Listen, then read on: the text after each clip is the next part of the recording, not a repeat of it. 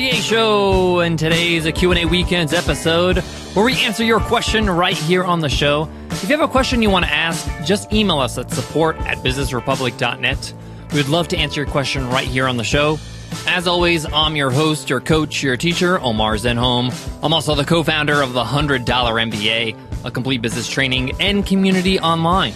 And today's question comes from Lou. Lou asks, what do I look for when hiring a video editor? Good question, Lou. In today's episode, I'll share with you some things you should look for when you're looking at different video editors to choose from. How to differentiate editing skills from the actual video or the actual example of work that the editor is sharing with you. Sometimes we look at a video and we say, wow, that's a great video, but we're not really sure why it's great. Sometimes the reason why we think it's great has very little to do with the editing. So I'm going to explain how to kind of zone in on editing and know how to choose the right editor. Let's get into it, guys. Let's get down to business.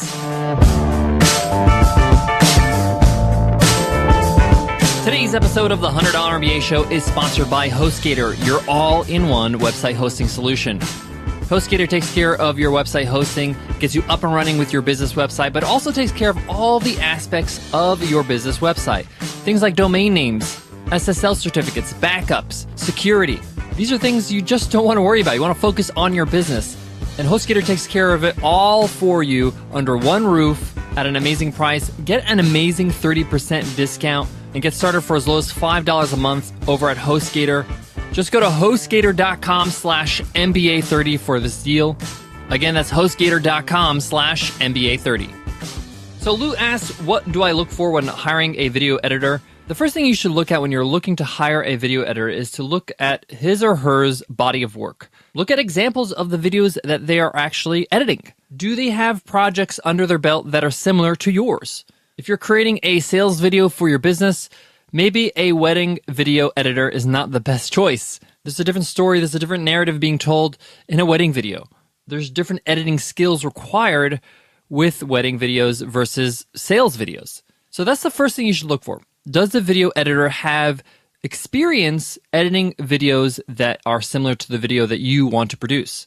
Now that you've narrowed that down, you're going to look at those types of editors and you're going to look at the videos that they've created before for other businesses. Now, when you're looking at their videos, I don't want you just to watch and say, wow, that's a wonderful video, and just have a singular opinion. You need to dissect the video and ask yourself, why do you like the video? What aspects of the video are compelling to you? A lot of the times we love a video because the script is amazing. And scripting has nothing to do with editing. That's a script writer. A lot of times a powerful video is driven with a great script. I always say, if I want to create a great sales video, I spend a lot of time on perfecting the script. So take note of what you like. The other thing is that you want to watch a video and ask yourself questions like, is it easy to understand what's going on here?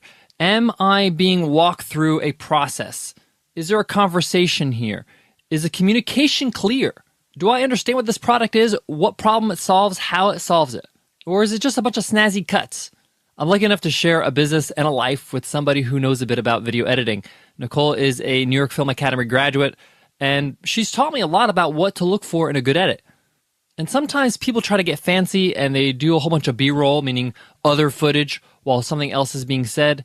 And the other footage, the B-roll, has nothing to do with the message, or it doesn't augment the message. It doesn't drive the message home. So you should ask the question, how is this being edited? Is the edit improving the way the message is being conveyed, or is it just gimmicky? These are the things you need to notice in the work of this editor. Not only look at the imagery, but look at the music that they use. Does the music match the theme or the vibe of the actual video? Does the music overpower the actual read or the narration? Are they able to transition from one piece of music to another? Are they able to transition in and out of volume for the music? Sometimes we have to lower the volume because we're going into a certain part of the video where we need to explain certain technical aspects. Are these transitions too drastic? Just as we're noticing the transitions in audio, let's look at the transitions in the visual as well. Is there a easy sequence or easy flow, or are things just a bunch of jump cuts like a YouTube blogger? Are we using the same transitions, whether they're fades or cross dissolves? These are things I want you to take notice. Another thing I want you to notice when you're evaluating an editor's work is it edited enough? Sometimes the video is just too long and there's just a bunch of filler in there. The job of the editor is to tell the story in the most concise and powerful way. The editor has a lot of power over the outcome of your video. They're really shaping the story in the way they edit. Yes, there's a script, and the script follows a narrative, but that script and the emotions it evokes can change by the way the video is edited. So keep that in mind as well when you're looking for editors. Another great test is their communication. You want to make sure they have great communication skills because you're going to be going back and forth editing this thing, different revisions, and just communicating your ideas about what you want to see in this video. So I personally would just email the person you're interested in working in after you've evaluated their work and see how they communicate on email back and forth. You can ask them questions like budget. You can ask them questions about, the length of time this is going to take. You can ask them for their feedback about the project or the video you want to create. See how prompt they are with the responses. See how helpful they are. That's going to go a long way with your relationship as you're building out this video. All in all, there's no surefire way 100% to get a winner every time you choose an editor. But you can get as close as possible by following some of the things I mentioned today, as well as just communicating them, contact them, and get a feel for them. There is one more piece of advice I do want to share with you, but before that, let me give love to today's sponsor, HostGator. One of my favorite aspects of HostGator's all-in-one web hosting solution is they provide you with 24/7 live support via phone, chat, or email. When it comes to your business website, you got to have somebody who's got your back any time of day, any day of week.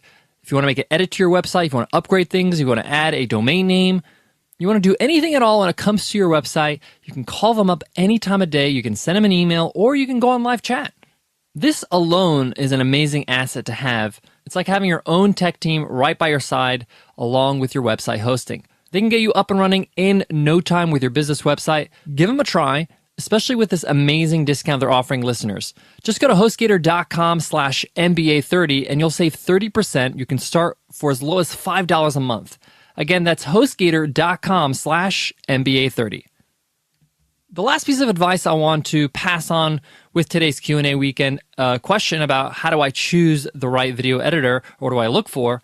Generally speaking, of course there are exceptions, but generally speaking, you're going to get what you pay for. We all have a budget. I understand that. So know your budget and know that you have limitations if your budget is, not as high as you'd like it to be. You're going to get a different type of editor with a budget of $1,000 versus $2,000 versus $10,000 and beyond. There's editors that will charge more than that because they deserve it. This is just how it is when it comes to this type of craft. They're able to charge that much because they're worth that much. So keep that in mind. You want to find the best value, the best candidate for you within your budget. Be realistic about it and understand that, hey, maybe later down the line, you can afford somebody a little bit more expensive. You could see an ROI for that video in a business or in a product that you're developing. But for now, when you're working within your budget, understand there are limitations. All right, guys, that wraps up today's Q&A Weekends episode. Hope you loved it. Hit subscribe so you can get all our episodes automatically downloaded right on your device. All right, guys, before I go, I want to leave you with this. If you find a great editor, video, audio, graphic designer, whatever it is, any freelance work, if you find somebody who really does a great job and you have a great working relationship with them, hang on to them. They're really hard to find. Make sure you build a relationship with them and see if you could utilize them for other projects as well. Refer them to other people. Give them business because they are a diamond. They're super valuable and you really should treat them well and try to build a long-term relationship with people that work with you. And after all, they do help you grow your business, so that's huge. All right, guys, I'll check you in tomorrow's episode, another Q&A Weekends. I'll see you then. Take care.